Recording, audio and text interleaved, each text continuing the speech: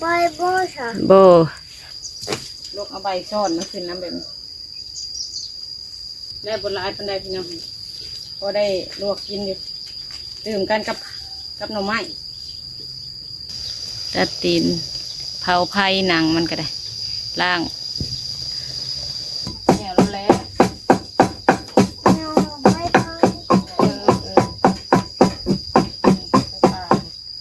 เจ็บบุเพชรปันได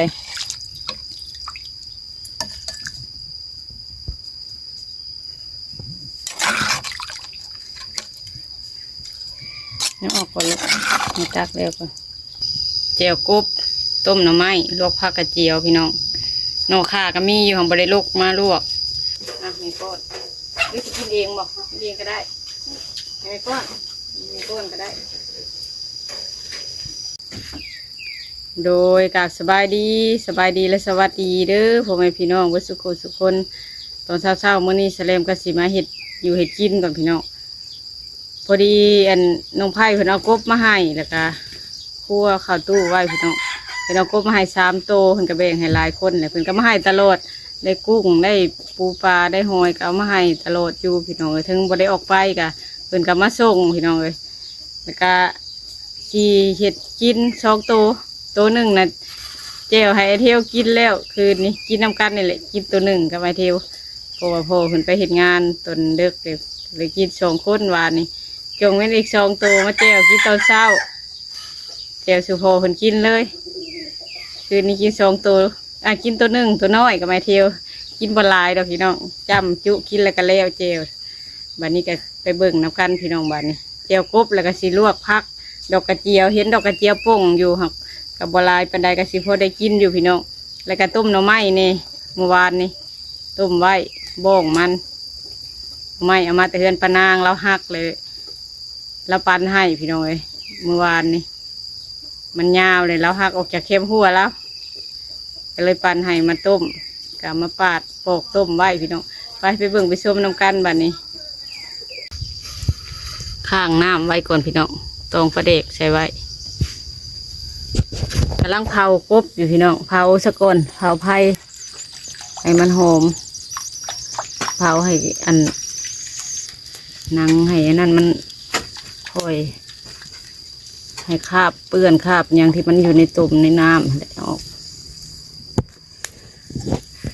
เผาเพราะมันอันนั้นก็จุกมันหมดเต็มใบโบชะโบ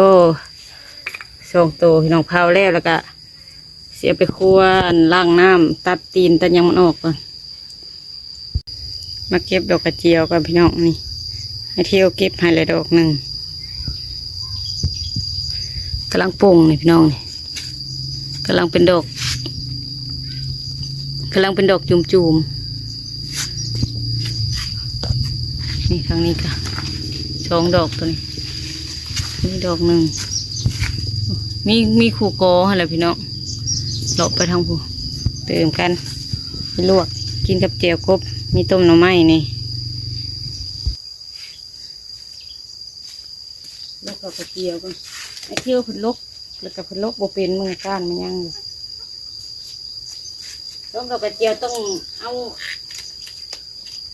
อันนั้นขึ้นน้ำเอาใบตรงข้างขึ้นน้ำแต่ที่ได้เบิดได้ก้านยาวลกขึ้นใบลกเอาใบซ่อนมาขึ้นน้ำแบบนี้เอาไว้แล้วก็เกลี่ยก็เดี๋ยวจะปรุงลกไปกิน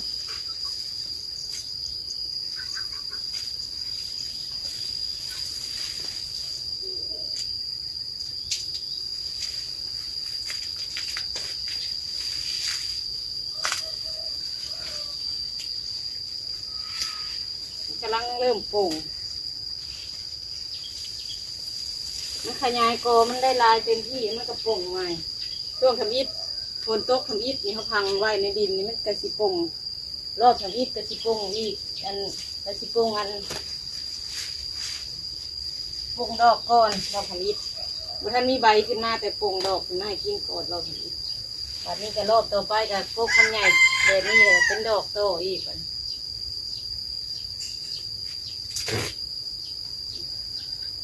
ลกขึ้นในบ้าน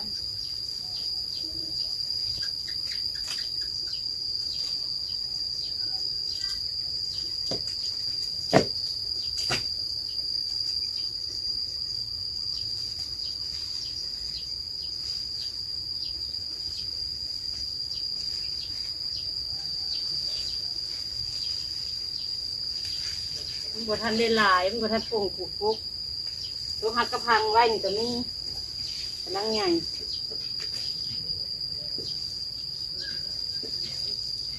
แม่บนหลายปันไดพี่น้อง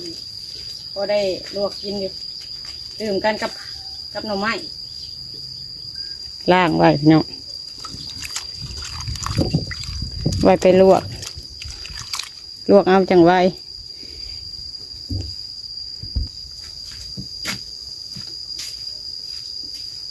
ตั้งนั่งไม่เอาไปใส่เดียวตั้งไปใส่เด็กย่อไปใส่บนเลยย่อไปดิ่นเลยกับบอกมาตบกบพี่น้องปดเลยดิ่นปดรวยแล้ว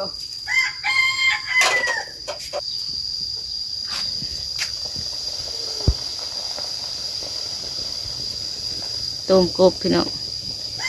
ตัดตีนมันออกมันจังเป็นตะกินตัดตีนเผาไผ่หนังมันก็ได้ล่าง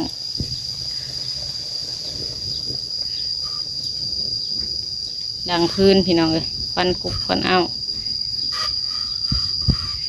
พื้นกระดังมาเฮิงเติบเลยตั้งแต่เอามาพูดเลยยังบ่ทันบกพี่น้อง ยังบ่ทันบกอยู่ช่วงหนึ่งค่ะต้มเห็ดขมต้มใจแต่พื้นจังหน่อยช่วงนั้นต้มหน่อไม้อีกจังหน่อยหน่อไม้ไล่ออกนี่ต้มหน่อไม้ปิโนกินกับเจลกับปีกินกับเจลนะ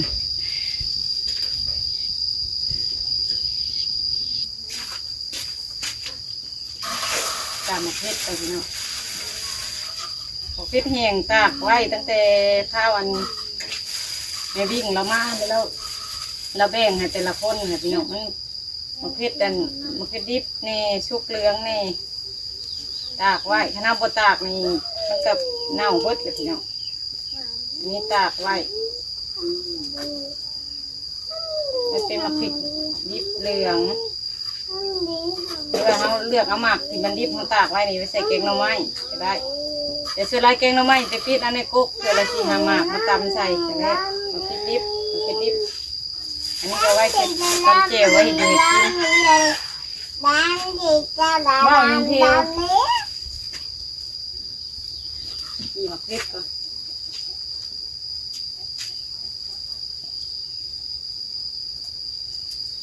ให้แต่เฮือนครัวมันโล่งพี่น้องเลยดังพื้นมันจะควันก็อย่างมันควันไปทางอื่นควันกับควันไปโลด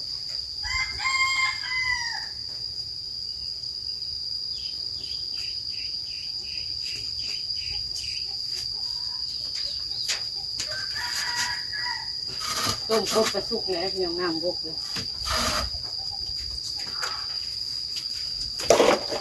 เป็นอย่างเทียว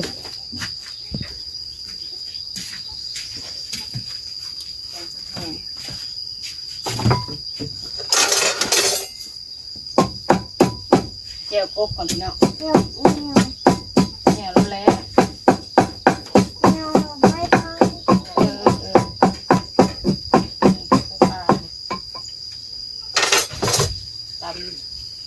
เฮ็ดพวกที่ต้มไว้เนี่ยลงใส่เลยพี่น้องบ่ได้เสียก้างผู้ใดมาเอาก้างออกก็ได้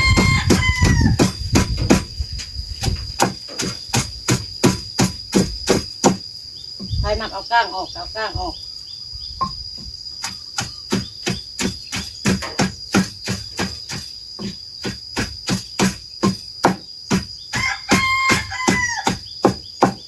หมักแบบปุ่นแห้งกับปิ้งปุ่นแห้งกับเส้นกับพี่น้องมุกหัวผักบัวหัวหอมมุกหัวข่าใส่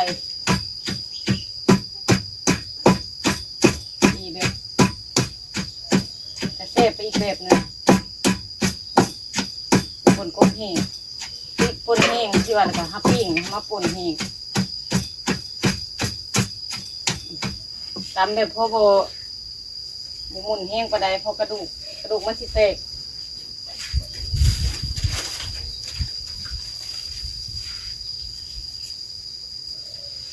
เป็น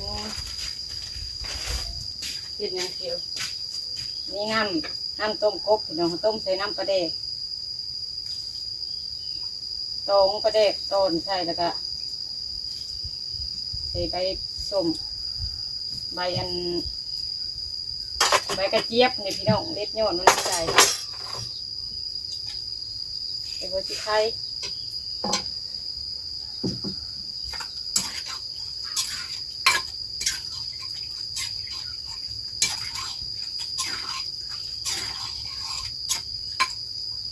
เจียวบริเวณปานใดพี่น้องเจียวกินน้ำหรือเจียวบริเวณ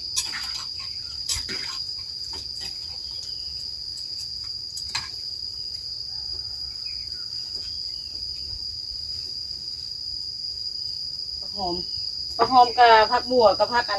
แพรวพี่น้องใส่น้ำกันบัวผักแพรวใส่น้ำกันเอาตามเลขแล้วไม่แต่เอาบ่วงคนเอาก็ได้พอดีลวกดอกกระเจียวเลยพี่น้องแล้วพี่น้องเจียวกบชีเจียวบเพชรปันไดเด้อพี่น้องเด้อสีสันบแดงบเดิมยังกระยาเลยพี่น้องตัว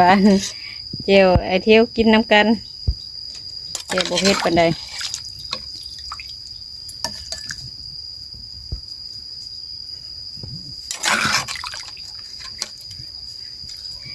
น้ำออกก่อนเลยมีตักเร็วก่อนไม่เอาถั่ว เอาถ้วยเห็นยัง เอาถั่วมากินมาเด้อพี่น้องเด้อเจียวกบต้มหน่อไม้ลวกผักกระเจียวพี่น้องหน่อข่าก็มีอยู่ของบริโลกมาลวกหน่อไม้ก็ผ่าต้มเอาไอเที่ยวคนอยากกินไวเมื่อคืนนี่ก็แบ่งไว้กินตอนเช้าต้มหน่อไม้ก็ได้คืนนี้ก็ให้เพิ่นกินแล้วเพิ่นกินกับเจียวกบแซ่บบ่เที่ยวกินเจียวกบนะยกโป้ดู กินข้าวน้ำกันพี่น้องบัดนี้โหไอเที่ยวกำลังมาสบายดีเลยมาเทวทำมาดี มาเด้อพี่น้องเด้อกินข้าวน้ำกันอาทิตย์เจียวกบกับต้มหน่อไม้ลวกผักกระเจียวมีก้อนหรือจะกินเองบอกกินเองก็ได้มีก้อนก็ได้เจียวกับเจียวกบเจียวขี้หนูข่าก็มีได้ค่ะบริเวณเป็นลูกมาลวกกินกระเซ็บคือกัน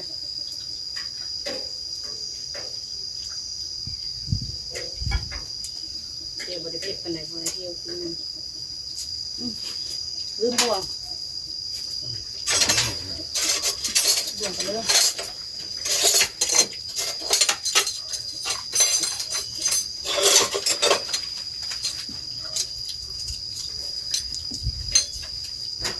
พอแล้วไหมเที่ยว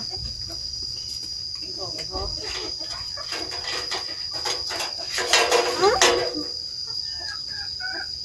ไอ้ปอดใหญ่แล้วกัน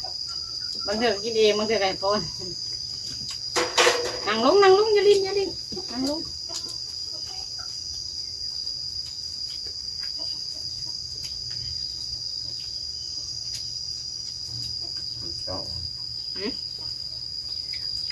ตัวมันอ่อนครับมันบดอันบาน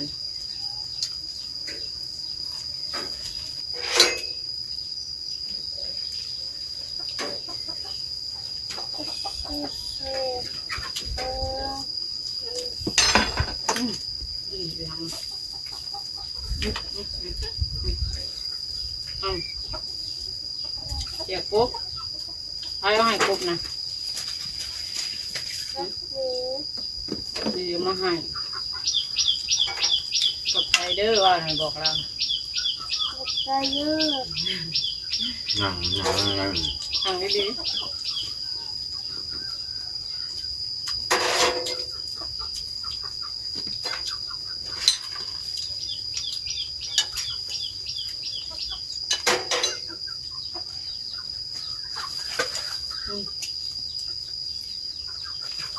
ก็ออกมา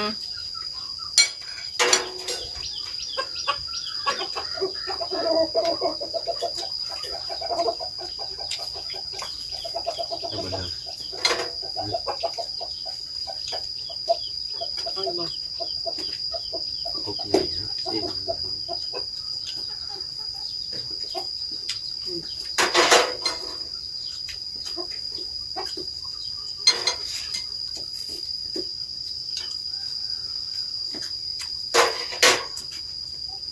เอาไว้ตามนี้เลย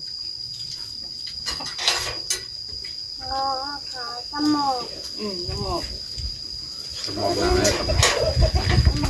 อะไรอย่างอ่ะ เอ้า เบิ่ง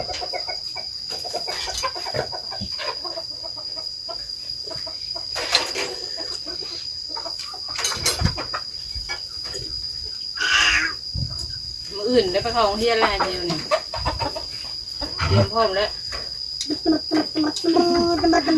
วันนี้ไปเข้าโรงเรียนเนี่ยนะหายอยู่บนมืออยู่โรงเรียนเปิดหายก็อด เดี๋ยว หายน้อยเดียวเด้อลูกเด้ออดเอากินฮอดแม่ก็อดเอาแม่กินฮอดเจ้าแม่ก็อดเอาคือกันเล่งแม่ไปหับเลยบ่ได้อยู่ไกลเลยหรอกอยู่ใกล้ๆที่ว่าแล้วอยู่แถวเตาถ่านมันนั่นแหละทางบางลำ